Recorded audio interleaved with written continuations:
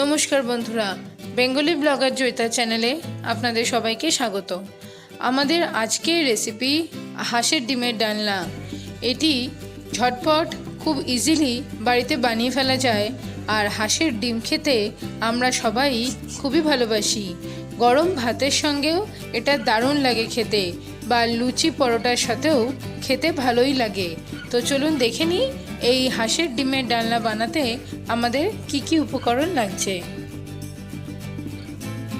এই হাঁসের ডিমের ডালনা বানাতে আমাদের প্রধান যে উপকরণটি লাগছে সেটি হলো হাঁসের ডিম।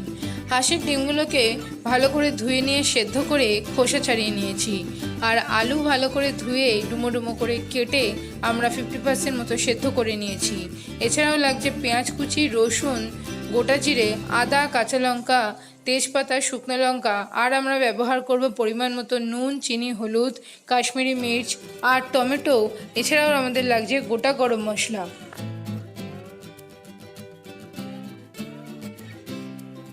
হাঁসের ডিমগুলো সেদ্ধ করে খোসা ছাড়িয়ে নেওয়ার পর স্পুন বা নাইফ ইউজ করে আমরা গাগুলোকে এইভাবে কেটে নিচ্ছি। এইভাবে প্রত্যেকটা ডিমের গায়েই আমরা আস্তে আস্তে কেটে নেব। মিক্সার গ্রাইন্ডারে আদা, কাঁচা লঙ্কা, পেঁয়াজ কুচি, রসুন, গোটা গরম মশলা, কাশ্মীরি মির্চ আর টমেটো কুচি দিয়ে আমরা একটা পেস্ট বানিয়ে নিচ্ছি। এবার আমরা গ্যাস অন করে কড়াই বসিয়ে তাতে কিছুটা সর্ষের তেল দিলাম। তেল গরম হওয়ার জন্য আমরা ওয়েট করছি। আপনারা এখানে চাইলে সাদা তেলও ইউজ করতে পারেন আপনাদের পছন্দ মতো।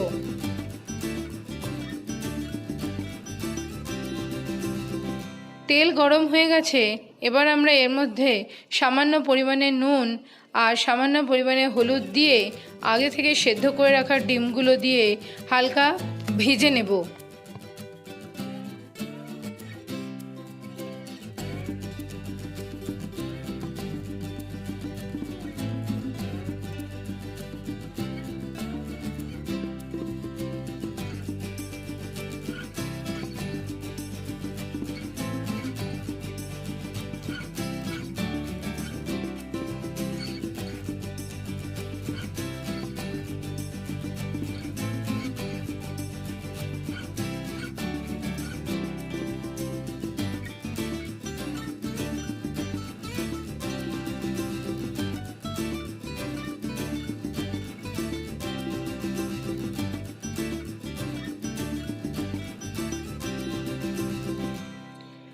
ডিমগুলো ভাজা হয়ে গেছে।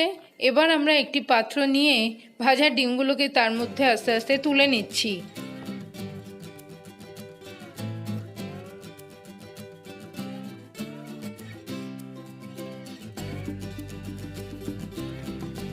এবার সেম কড়াইয়ের মধ্যেই আবার সামান্য পরিমাণে একটু তেল দিয়ে তার মধ্যে আমরা দিয়ে দিচ্ছি তেজপাতা, শুকনো লঙ্কা আর গোটা জিরে ফোড়নে।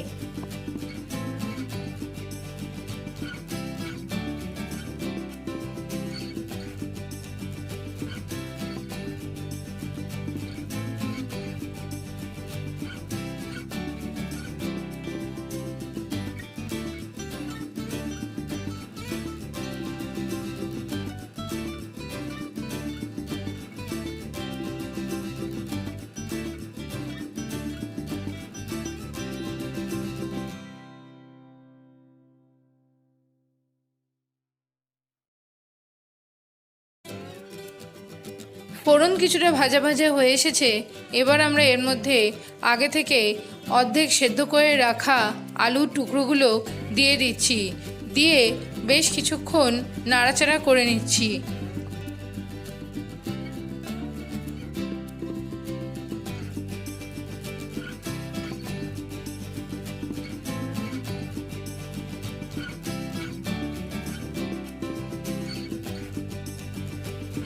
আলু আমাদের ভাজা হয়ে গেছে। এবার আমরা আগে থেকে বানিয়ে রাখা মশলার পেস্ট এর মধ্যে দিয়ে দিচ্ছি।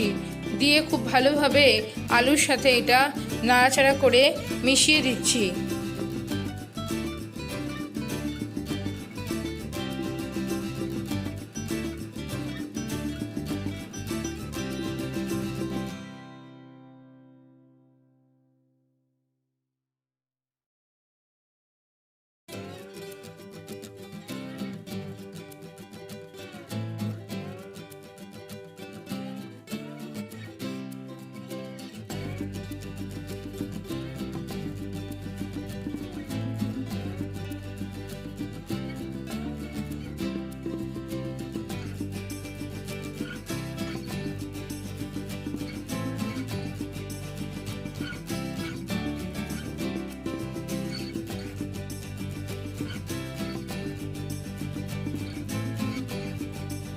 যে মিক্সার গ্রাইন্ডারের পাত্রের মধ্যে আমরা মশলাটা পেস্ট করেছি তার মধ্যে খানিকটা মশলা আরও ছিল, সেই জন্য সেই পাত্রের মধ্যে জল দিয়ে সেই পেস্টটাও আমরা এর মধ্যে দিয়ে দিলাম।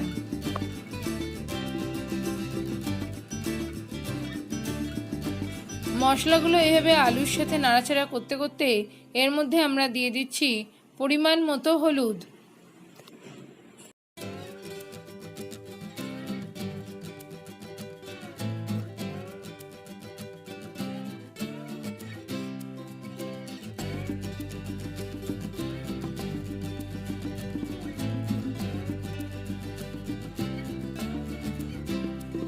আর আমরা দিচ্ছি এর মধ্যে সামান্য পরিমাণে চিনি দিয়ে সমস্ত মশলার উপকরণগুলোকে খুব ভালোভাবে আমরা কষিয়ে নিচ্ছি।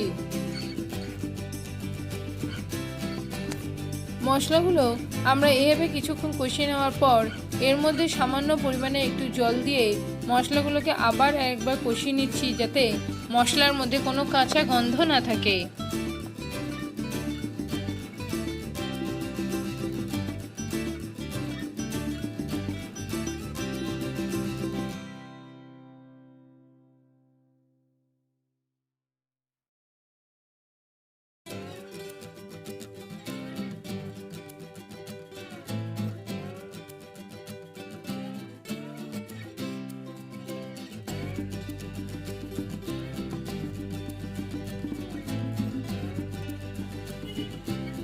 আমরা এখন আলু আর মশলার মধ্যে পরিমাণ মতো জল দিয়ে দিচ্ছি।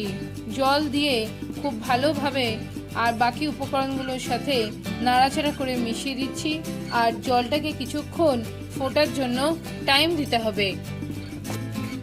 যারা যতটা গ্রেভি চাইবেন সেই অনুযায়ী আপনারা জলটা কম বেশি করতে পারেন।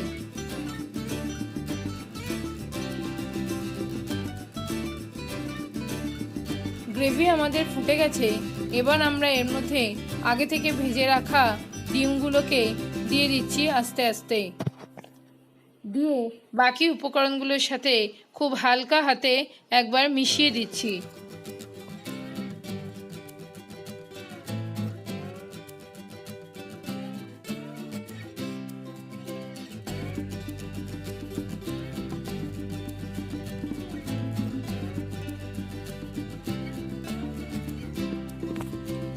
এখন আমরা এর মধ্যে দিয়ে দিচ্ছি পরিমাণ মতো নুন।